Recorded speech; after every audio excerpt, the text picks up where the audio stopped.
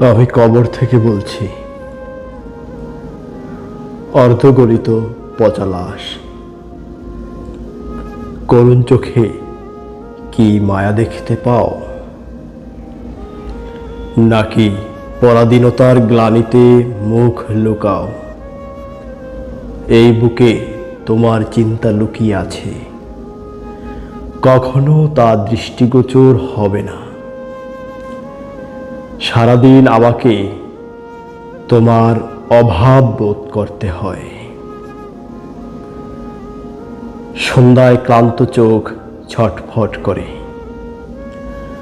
আমি স্বর্গ ভ্রমণ করি, যখন রাত আমার দীর্ঘ প্রহরের বিরতি দেয়।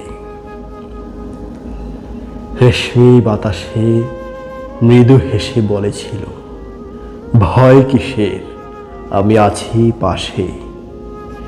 সব কিছু তো চলছিল প্রকৃতির নিয়মে।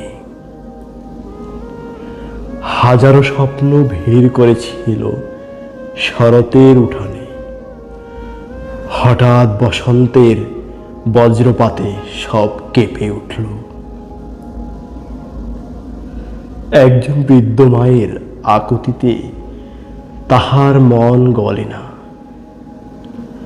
আমার আত্মার আর্তনাদ তার কানে প্রতিফলিত হয় না। একজোড়া দম্পতির হাহাকারে তাদের আত্মা জেগে ওঠে না। আর বাকি সবার কথা আজ না হয় থাক। আমার জীবন এখন একাকিত্বের উষ্ণতায় মোড়ানো। আমি মুক্ত, কিন্তু স্থানচ্যুত। আমার অস্ত্র বেদনায় চাপা পড়ে, আর এখন শুধু শূন্যতা, অত্যন্ত নীরব ভারিতা। যদিও অবশেষে আমি জানি, ফিরে পাওয়ার আর কোনো উপায় নেই। ভেঙে পড়েছি, জীর্ণ হয়ে গেছি, ডুবে যেতে পারিনি, কিন্তু তীরে অজ্ঞান হয়ে গেছি।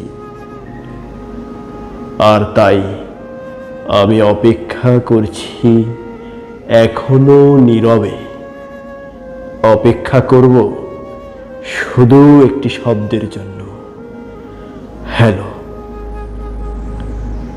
যেমন পৃথিবী নিঃশ্বাসহীন নীরবে ভোরের প্রথম রশ্মির জন্য অপেক্ষা করছে।